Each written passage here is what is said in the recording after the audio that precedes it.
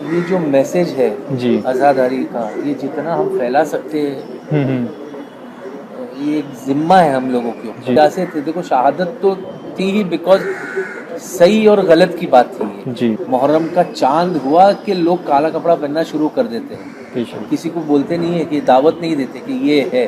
یہ شیعہ اور سنی کی لڑائی اس لیے ہے کیونکہ سنی یہ کہتے ہیں کہ شیعہ نام کی کوئی چیز نبی صلی اللہ علیہ وسلم کے زمانے میں تھی نہیں، یہ بعد والی چیز ہے، تو شیعہ نام کی چیز ہونی ہی نہیں چاہیے. نبی کے زمانے میں کوئی بھی شیعہ علی نہیں تھے، صرف سب مسلمان تھے، یہ بعد میں بنے تو اس لیے نہیں پسند کرتے. دوسری چیز آپ وہ ہندو دوست کو کہیے، چونکہ وہ ہندو ہیں تو ان کو اس طرح سمجھانے میں فائدہ ہوگا. آپ ان سے کہیے کہ اگر کوئی ہندو ہے اور وہ کہتا ہے کہ میں رام جی کا بھکت ہوں اور وہ رام جی کو بہت عزت کرتا ہے، ان کی جو بہت احترام کے ساتھ نام لیتا ہے، اور ایک دوسرا ہندو ہے وہ بھی کہتا ہے میں رام جی کا بھکت ہوں لیکن وہ لکشمن جی اور سیتا جی کو گالی دیتا ہے، تو آپ اس کو بھی بھکت مانگیں گے؟ کبھی بھی نہیں مانیں گے. آپ بولیں گے کہ یار تو رام سے محبت کرتا ہے تو ان کی بیوی اور ان کے بھائی کو گندی گالی کیسے دیتا ہے؟ تو ہم ان شیعہ لوگوں کو کہتے ہیں جب تم ہمارے نبی محمد صلی اللہ علیہ وسلم پر ایمان لاتے ہو تو ان کی بی بی عائشہ رضی اللہ عنہ کو گالی کیسے دے سکتے ہو؟ تم ان کے سب سے قریبی ساتھی ابو بکر اور عمر رضی اللہ عنہ کو گالی کیسے دے سکتے ہو؟ تو جس طرح اگر کوئی ہندو لوگوں سے کہے میں رام جی کا بھکت ہوں لیکن لکشمن جی اور سیتا جی کو گالی دے تو باقی کے دوسرے ہندو اس کو جوتے ماریں گے، اس کو پسند نہیں کریں گے. اسی طرح ہم سنی مسلمان کوئی ہمارے نبی صلی اللہ علیہ وسلم کے گھر کی کسی بھی بیوی کو، جس کو قرآن نے سورہ احزاب میں اللہ نے کہا، سورہ احزاب سورہ نمبر 33 کی آیت نمبر 6 میں نبی کی جتنی بیویاں ہیں وہ ہماری مائیں ہیں، مومنوں کی مائیں ہیں. کوئی اگر ہماری ماں کو گالی دے گا تو ہم برداشت نہیں کریں گے. میری سگی ماں کو کوئی گالی دے گا تو میں برداشت نہیں کروں گا. میری سگی ماں 1000 مرتبہ میرے نبی کی جو بیوی ہے، جو میری امت، میری ایمان والی ماں ہے، ان پر سے 1000 مرتبہ ان کی جوتی کی دھول پر قربان ہے میری سگی ماں. جب ان کو کوئی برا کہے گا تو میں ایک مسلمان ہونے کے ناطے برداشت نہیں کر سکتا. سمجھ رہے ہیں نا آپ؟ تو آپ اس کو انشاءاللہ اس طریقے سے سمجھیں. In short I would like to translate the entire question and the answer in English too. ایسا آپ نے سوال کیا کہ اگر اللہ ایک ہے اس میں ماننا ہے اور محمد صلی اللہ علیہ وسلم پیغمبر ہے تو میں مانتا ہوں، تو اس طریقے سے مسلمان ہوں میں. لیکن میرے دو دوست، ایک شیعہ ایک سنی، اور مسلمان بننے کے لیے نماز پڑھنا ضروری ہے، تو کس طریقے سے نماز پڑھوں؟ بھائی صاحب، آپ کہتے ہیں کہ اللہ ایک ہے، آپ مانتے ہیں کہ اللہ کے پیغمبر محمد صلی اللہ علیہ وسلم آخری پیغمبر ہے، تو آپ نے کہا کہ کس طریقے سے نماز پڑھوں؟ یہ شیعہ سنی جو آپ نے پوچھا، آپ جب قرآن پڑھیں گے، قرآن میں نہ شیعہ ہے نہ سنی ہے، قرآن میں نہ شیعہ ہے نہ سنی ہے.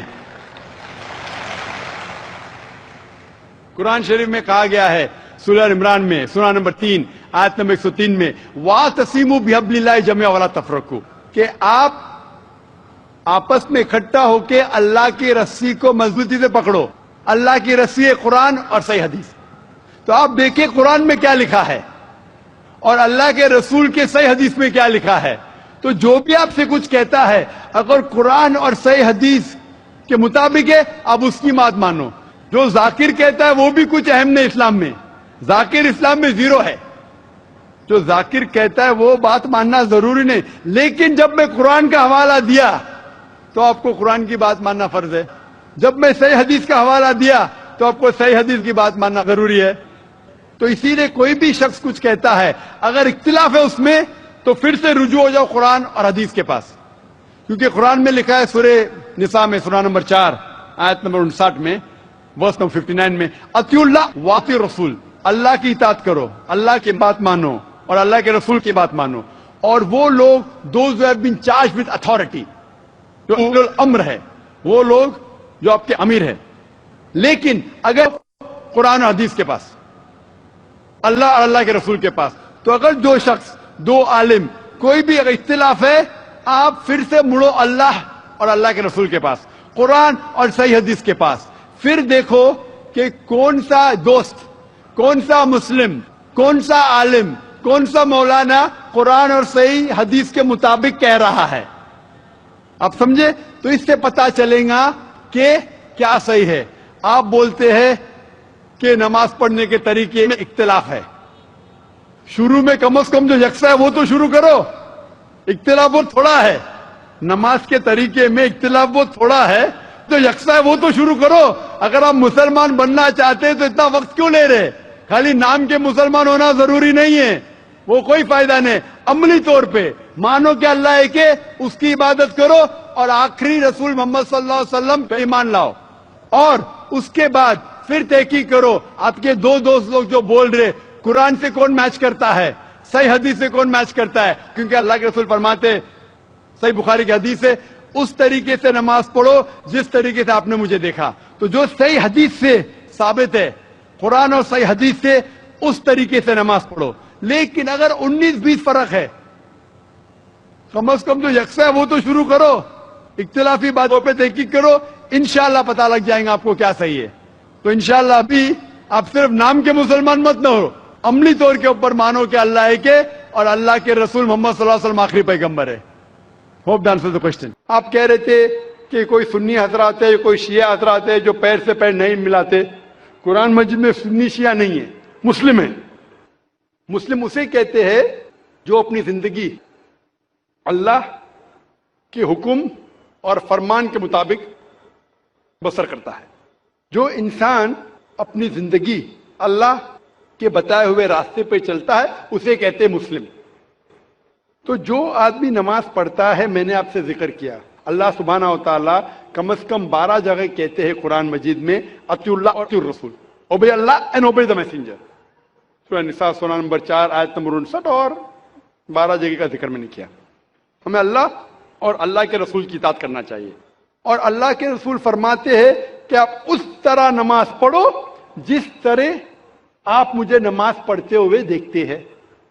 یہ حدیث بخاری کی کتاب الاذان کی چیپٹر نمبر 18 حدیث نمبر 604. اور پھر سے دہرایا گیا صحیح بخاری میں جلد نمبر 9 حدیث نمبر 352 352.